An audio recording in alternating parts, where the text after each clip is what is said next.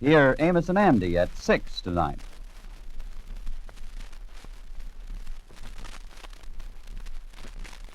Night and day, at home or away, always carry Tums, T-U-M-S. Tums, famous quick relief for acid indigestion, presents A Date with Judy.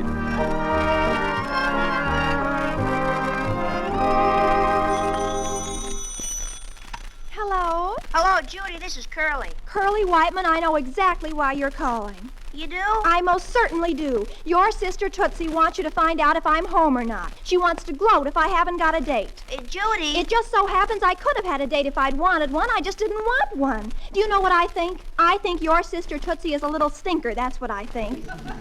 Yeah, isn't she? But she didn't ask me to call you. She didn't? Well, then why are you calling? I want to speak to Randolph. Oh.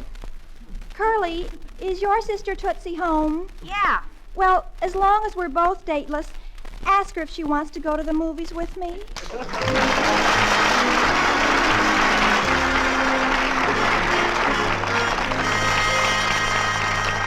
That's Judy, folks. Judy Foster, the lovable teenage girl who is close to all our hearts. Your date for the Reach Tuesday at this same time is arranged by the makers of Tums, famous quick relief for acid indigestion. And ladies and gentlemen, acid indigestion just doesn't make sense.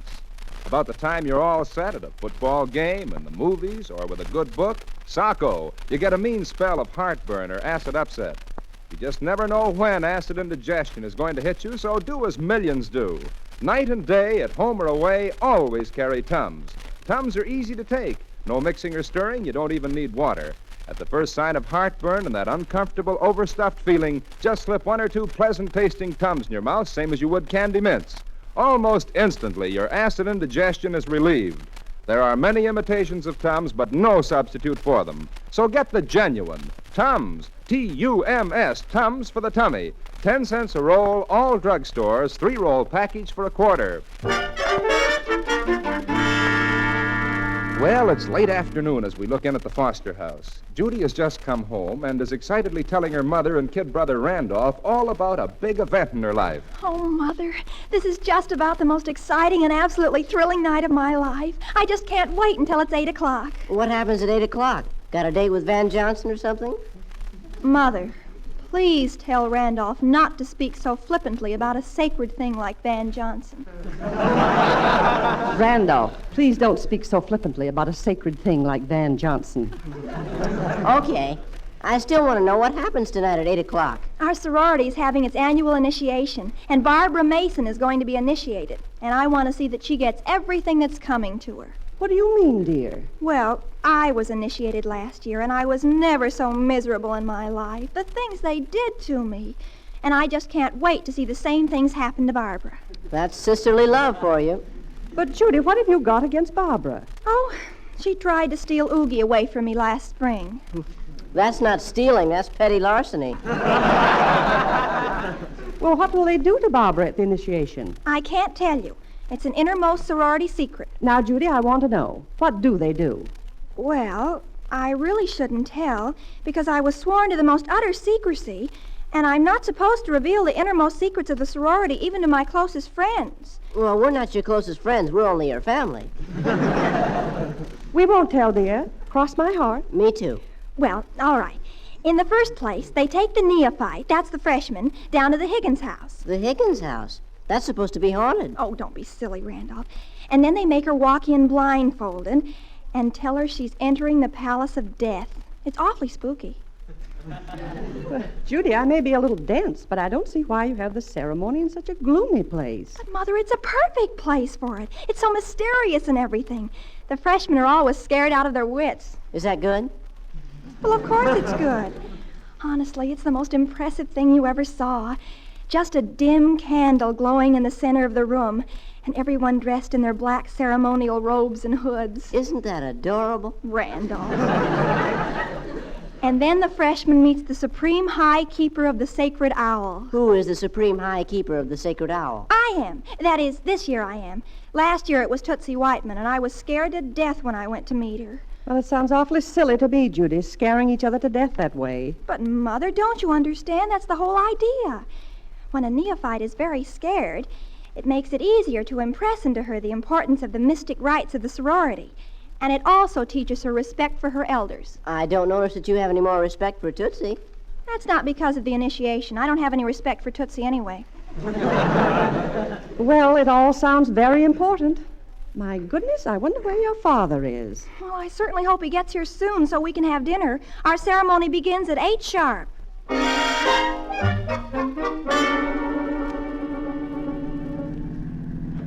Hey, Emerson, for Pete's sake, step on it, will you? It's late. Okay, Melvin, I'm going as fast as I I can. don't want to put Dora into a bad mood by being late for dinner.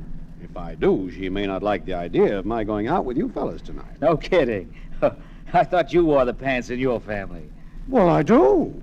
I most certainly do. But, But Dora doesn't like your playing poker with the boys. Now, look here, Ed. I wouldn't talk if I were you. Whose wife is it that always breaks up our little game? Now, Melvin, Whose wife always finds out where we're playing and calls up her hubby and tells him to get the heck home? Oh, I know, but... Whose fault is it that we have to keep changing the place we play so his wife won't find out where he is? Well, it's mine, all right. Yeah. But Melvin, she likes to play, too. She can't understand why we won't let her play in our game. Well, didn't you tell her that the boys don't like to play with the deuces and trays and one-eyed Jacks wild?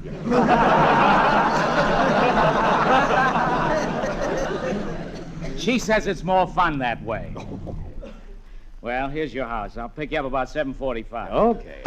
Oh, by the way, Melvin, what do you tell Dora when you want to go out and play poker? Well, I simply tell her that I'm going to play poker with the boys. That's what I tell her. Oh, you certainly are lucky. I have to tell Isabel I'm going to attend a meeting. Well, the trouble with you, Ed Emerson, is you're henpecked. Maybe so, yeah. Well, see you later. Okay, Ed.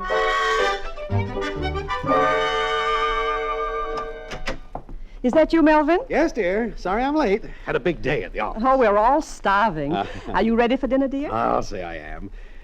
Dora, tonight I'm, Yes, dear? well,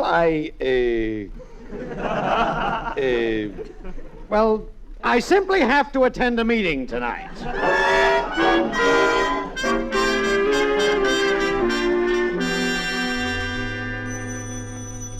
Oh, Randolph, there's the phone. Will you answer it, dear? Okay. If it's Mrs. Emerson, ask her to come over and keep me company. Okay. Hello? Hello? Is Mr. Foster there, please? This is George Soper. No, he just left a few minutes ago. He had to attend a meeting with Mr. Emerson. Oh. Well, I was supposed to attend that meeting, too, but the place we were to meet has been changed. I wanted to tell him before he left the house. Oh. Well, I'm sorry. He's gone now. Oh, that's a shame. You see, we're very anxious to have this meeting, and we're lacking a quorum. We need your father, Mr. Emerson, very badly. Well, I'll keep trying to reach him. Thank you. Okay. Goodbye. Who was it, Randolph? Mr. Soper for father. Says the meeting place has been changed. Oh, that's a shame. Your poor father was so tired, too. It's too bad he didn't know about it before he left the house. Yeah. Well, I've got to go and meet Curly. What are you two youngsters up to? Well, we thought we'd kind of wander over to the Higgins place and see what Judy and her goofy sorority sisters do with these things.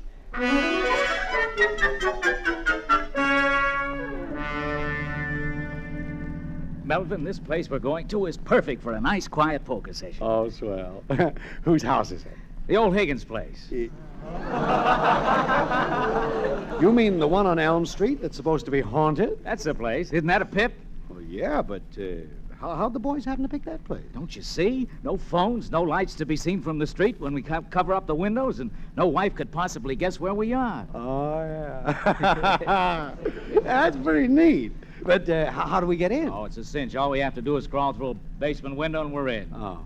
Say, tell me, Ed, is there any truth to this rumor that the place is, well, well, you know I don't believe in ghosts, but there are so many stories about the place. Now, they say that every year people hear strange noises in there. No, that's a lot of nonsense. Why, I've been through the place. It's no more haunted than your house. Oh. Well, of course, I'm not scared. But, well, you know. Well, here we are. Now, don't make any noise. Just follow me. Oh, okay, I'm right with you. Boy, this place certainly looks dark and everything. Like a tomb. Nothing will interrupt our game tonight. Well, that's swell. Okay, here's the window. I think if... that's funny. It's already open. Oh. Well, maybe some of the other boys are here. Yeah, but I didn't see any other cars there. Yeah. Well, maybe the wind blew it over. Could be. Well, let's go in. You go first. Okay. You know, we should have brought a flashlight. Yeah, I forgot. Pete's sake. So dark in here, I can't see a thing. Yeah, it's all right, Melvin. Just keep going right ahead there. Stairs are right in front of you. Okay. Oh, darn it. Hit my leg against a garbage can or something. You better let me go first. Light a match, will you? Okay. There's the stairs right over there. Come on, Melvin. You go ahead. I'm right behind you.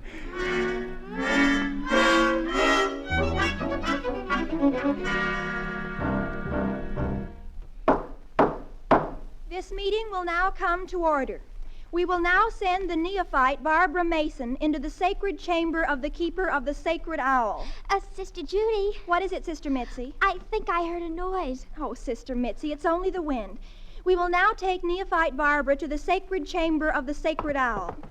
Follow me. Will the neophyte please enter? All right. Have you got the owl, Mitzi? Yes, it's right here. Put it on the table over there and put your candle behind it. Okay. The neophyte will now kneel before the altar of the sacred owl. Here? Yes, that's right. You will now answer faithfully all the questions you are asked. All right. Are you ready, Mitzi? Yes, I'm ready. Neophyte Barbara, it is reported that on the night of the spring prom, Sister Mary asked you to loan her a pair of stockings, and you said you didn't have any. Is that correct? Yes, but I... Just answer the question and tell the truth. The sacred owl knows all. Yes, that's right. I said I didn't have any. And yet, on the night of the prom, you came in a brand new pair of nylons. Is that correct? Yes, but they were my mother's. Oh, Owl, is this story true or false? I said, oh, Owl, is this story true or false? Mitzi. Oh, I'm sorry. I see. But please, Supreme Keeper of the Sacred Owl, Silence. We will ask the sacred owl what action to take in this matter. Oh, Owl, tell us if this neophyte is guilty of an unsisterly act. And tell us, oh, Owl, if we should forgive this unworthy person and accept her into thy select circle. The sacred owl is thinking it over. Now, oh, Owl, we have a few more questions to ask you before we decide the fate of this candidate. Tell us, oh, Owl.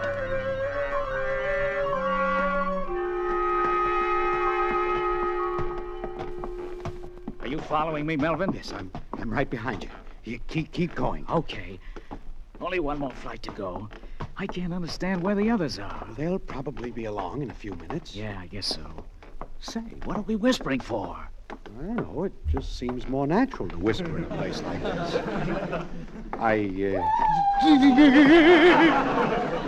What's that? What's what? Didn't you hear a noise? I don't think... There it is again. Listen. Listen, let's get out of here. This place really is haunted. No, Melvin. Oh, Melvin, this is a good one now. That's all right. Don't you know what that noise is? No, what? Don't you see? It's some of the fellas trying to scare us. You think so? Of course it is. Listen, I got an idea. Yeah, so have I. Let's get out of here. Oh, no. Now, listen, let's have some fun. We'll give them a dose of their own medicine. Let's scare them right back.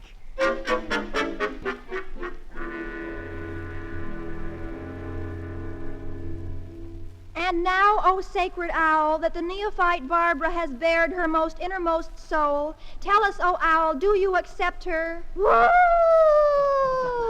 The owl says she accepts you. Really? Oh, gee, I don't know what to say. Congratulations, Sister Barbara. You've been accepted into the best sorority in the school. Oh, gee, I know, and I just don't know how to thank you all.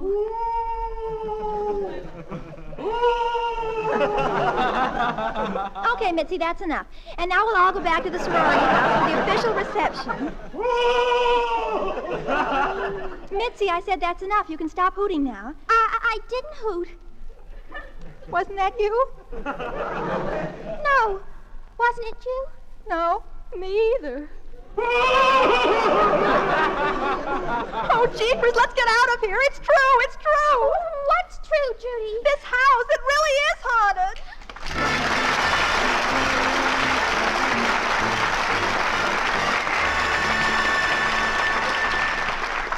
Friends, when you suffer a spell of acid indigestion, don't make the common mistake of trying to alkalize. The thing to do is to neutralize excess acidity with Tums, for Tums contain no soda or other water-soluble alkalis. Tums are the pleasant, up-to-date relief for acid indigestion. You just slip 1 or 2 pleasant-tasting Tums in your mouth, same as you would candy mints, and happy relief is yours fast. A bird in the hand is worth 2 in the bush, and a roll of Tums in your pocket when acid indigestion suddenly hits you is worth more than a drugstore full of Tums blocks away. So be wise. Do as millions do. Night and day, at home or away, always carry Tums. T-U-M-S, Tums for the tummy. Only 10 cents a roll, all drugstores.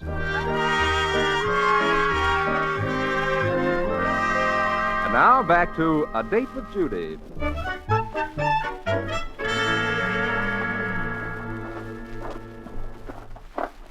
Look, Curly. Here's Mr. Emerson's car. What's he doing in front of the Higgins house? I have an idea. Of course, I may be doing Father and Mr. Emerson a great injustice, but I don't think so. What's on your mind, Randolph? Well, I was just thinking that it's quite possible that Father and Mr. Emerson had a different kind of meeting in mind. A meeting at a haunted house? What for? Not for a date with a blonde ghost. I figured they came here because it was a nice, quiet place to play poker or something. Well, it could be. And what do you say we investigate? Good idea. You know, this setup has fascinating possibilities with Father and Mr. Emerson in there and Judy and all those goopy girls, too. Yeah, I see what you mean. That is, provided they haven't discovered each other yet. That cellar window seems to be open. What do you say we start there and let nature take its course?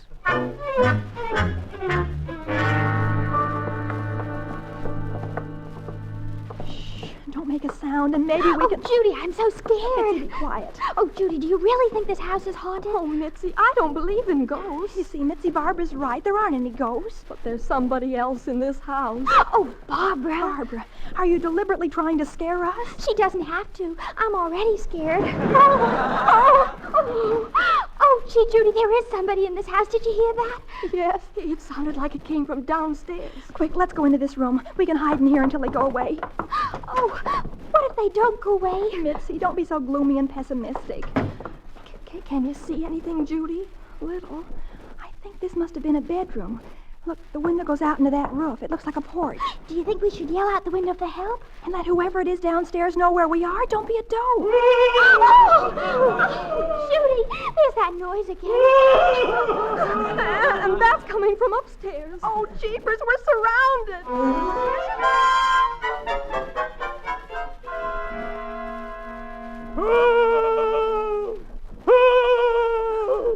Melvin, stop holding. What? Stop. What's the matter? Melvin, maybe it wasn't the boys making that noise. What do you mean? I just thought. There weren't any cars outside. Yeah, that's right. Well, what do you think it was, then? I don't know. Let's investigate a little. You investigate. I had a hard day at the office. Melvin Foster, I think you're scared. Oh, me? What nonsense. Well, come on, look in this room here. Noise seemed to be coming from over here somewhere. Doesn't seem to be anyone here. Oh, my gosh, look. Look there on the table. What is it? I don't know.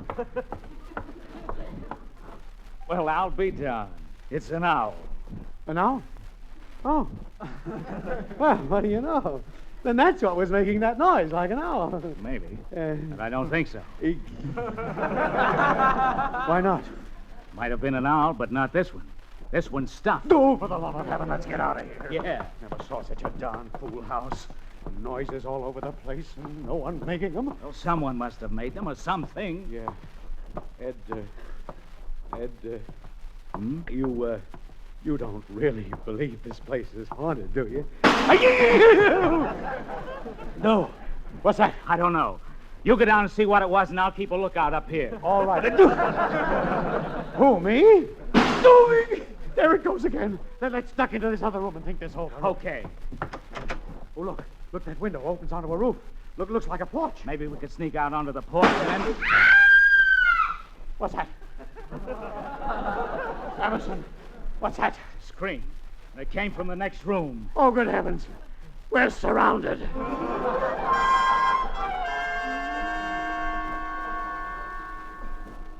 You know, Curly, I think we've just about used up the possibilities of this ash can. Yeah, I guess so. I'd love to see the look in your father's face. Me too. You know, Father isn't the bravest guy in the world. I wonder how Judy and her crowd are taking. You know, what we should have is a nice set of chains. Yeah, that'd be swell. Too bad we didn't bring along a couple of white sheets, too. Say, I can't hear anything at all. What do we do now? Let out a scream and see what happens. No, screams are corny. Let's try moaning. That ought to bring some results. Well, okay. What'll we moan? Oh, anything. Make a moan, let me hear how it sounds. Yeah, well, okay. How's this? Oh! Not bad. Try it again and put more grief in it. Oh! Yeah, that's fine. That's fine. That ought to bring results.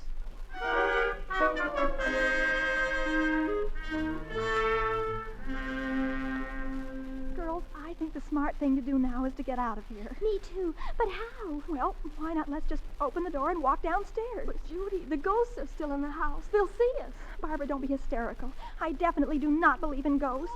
Oh, Mitzi! Oh, listen! Oh, there it goes again. Yes. Only this time it sounds more grief-stricken. Judy. Judy, why don't we climb out on the porch roof and get away? It can't be far to the ground. I think it's our only chance. I'd rather break a leg falling from that porch than stay here another minute. Okay, that's what we'll do. Let's go. Now, one at a time. Should we take our black robes off? No, we'll be harder to see this way. All right. You go first, Judy. All right. Barbara, you stay right behind me. Don't worry. I will.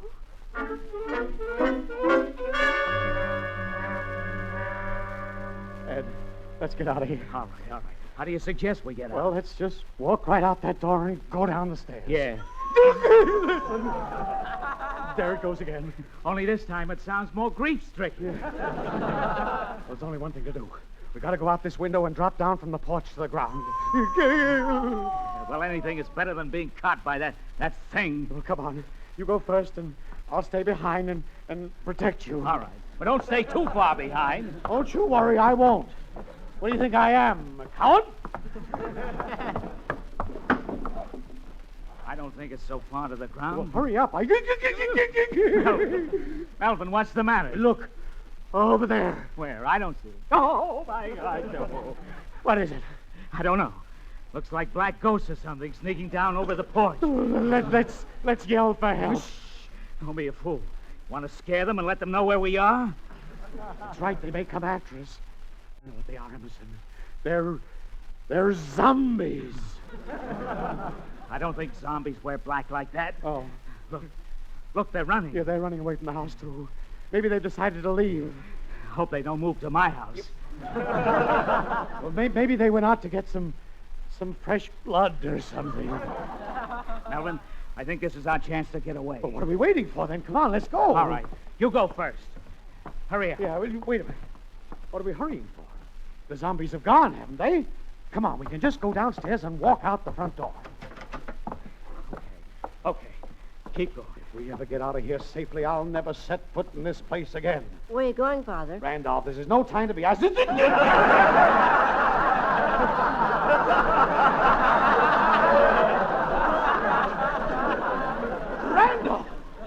Hi, Father. Hello, Mr. Emerson. Randolph, where did you come from? Oh, Curly and I decided to do a little investigating.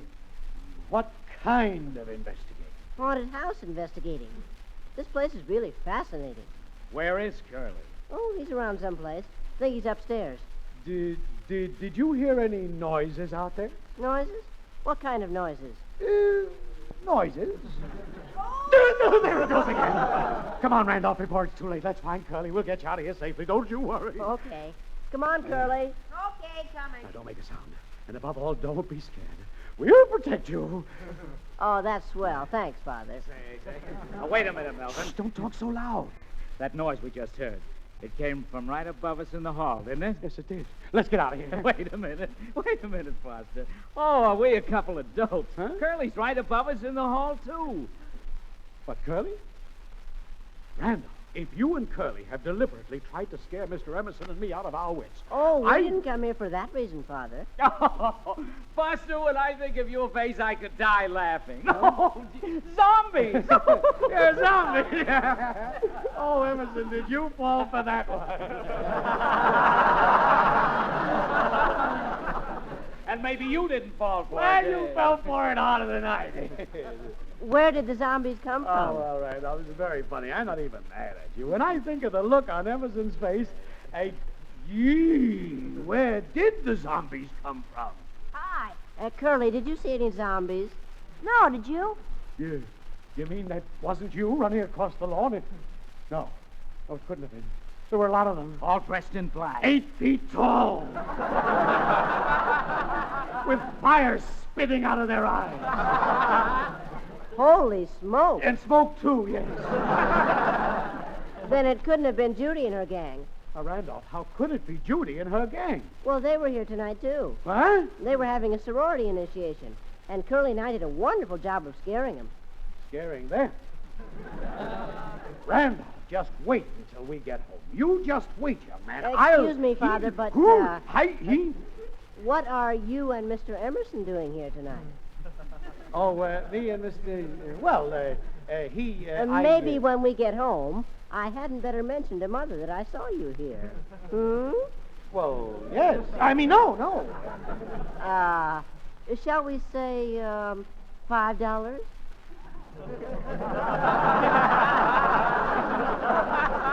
$2.50, Scrooge. Sold. This is absolutely blackmail, robbery. Oh, come now, Father. You're getting a bargain. Huh? Yeah. You would have lost much more than this at your, shall we say, meeting. Oh.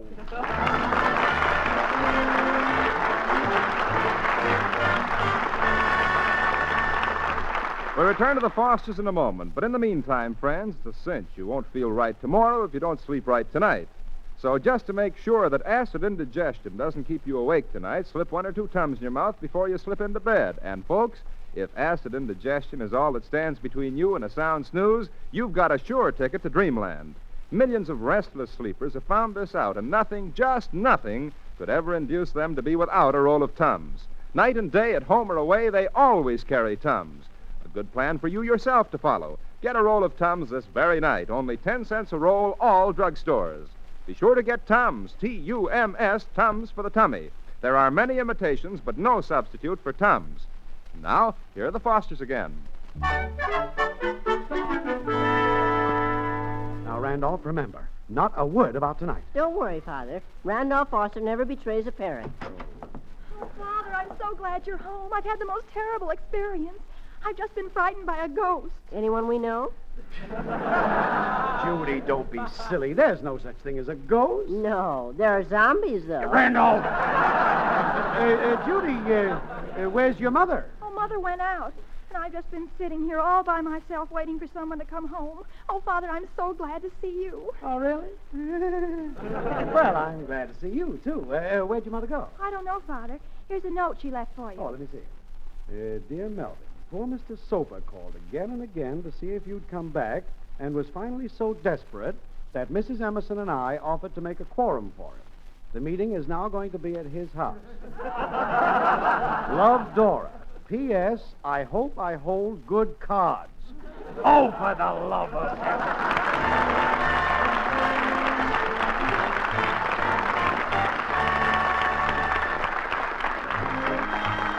The Date with Judy is written by Elaine Leslie and stars Louise Erickson and Dick Davis. Mr. and Mrs. Foster were played by John Brown and Myra Marsh. Mitzi by Sandra Gould. Music was composed by Paul Sawtell and conducted by Konstantin Bakalinikoff. The program is produced and directed by Helen Mack.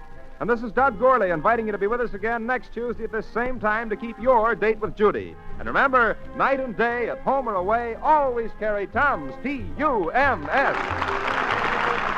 Tonight's Date with Judy will be transmitted to our men and women overseas by shortwave and through the worldwide facilities of the Armed Forces Radio Service. This is the National Broadcasting Company. KFI, Los Angeles.